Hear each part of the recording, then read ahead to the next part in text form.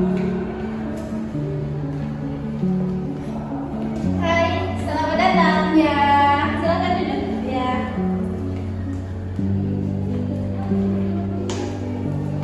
Gimana kabarnya hari ini? Alhamdulillah baik.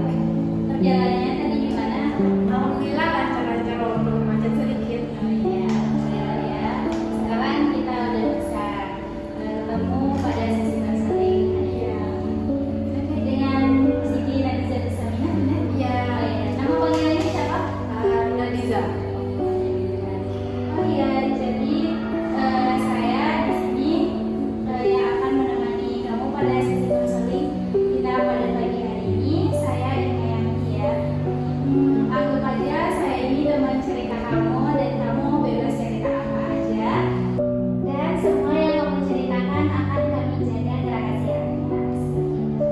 Oke, jadi di sini saya lihat keluhan utama kamu adalah kecenderungan merusak kesuksesan dan hubungan baikmu sendiri ya.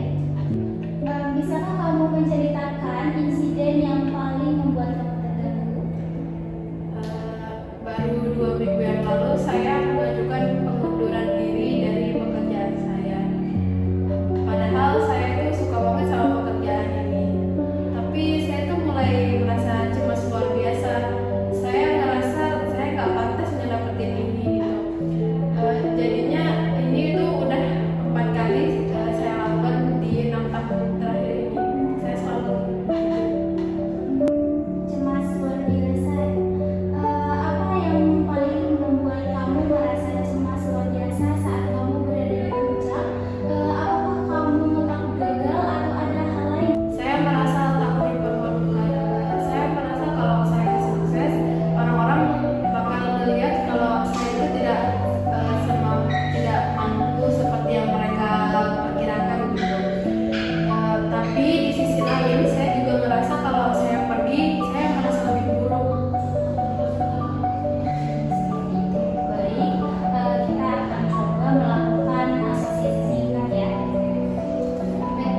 Ketika kamu merasa cemas gitu dan hendak mundur, hal apa atau siapa yang paling kamu ingat dan hal apa?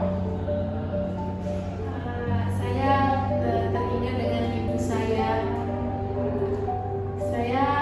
Ketika saya melakukan hal yang besar, hal yang berhasil, contohnya ketika saya memenangkan kompetisi atau mendapat peringkat kelas, ibu saya merasa bangga. Akan tetapi selalu ada syarat setelah itu. Misalnya ketika saya mendapat peringkat 1 gitu, ibu saya merasa bangga kepada saya. Dia akan memuji saya. Akan tetapi setelah itu dia akan mengatakan bahwa kenapa tidak juara 1 gitu. Jadi, apakah kamu pernah merasa jika kamu itu terlalu sukses, kamu akan melampaui ibu kamu gitu, dan itu akan membuat ibu kamu marah? Iya, saya merasa kalau keberhasilan saya itu merupakan pengkhianatan ke ibu saya gitu. Saya merasa kalau saya itu harus berada di level yang sama dengan ibu saya. Bahkan ketika saya mencari pasangan, saya akan mencari yang seperti ayah saya gitu, yang cukup lemah lah.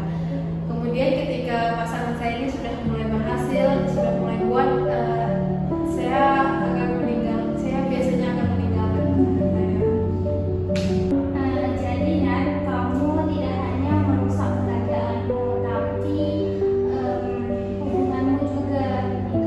Kemudian kamu menciptakan pola yang sama juga. Ketika saya bertanya tentang ibumu, kamu tiba-tiba menjadi tegang. Kemudian saat ini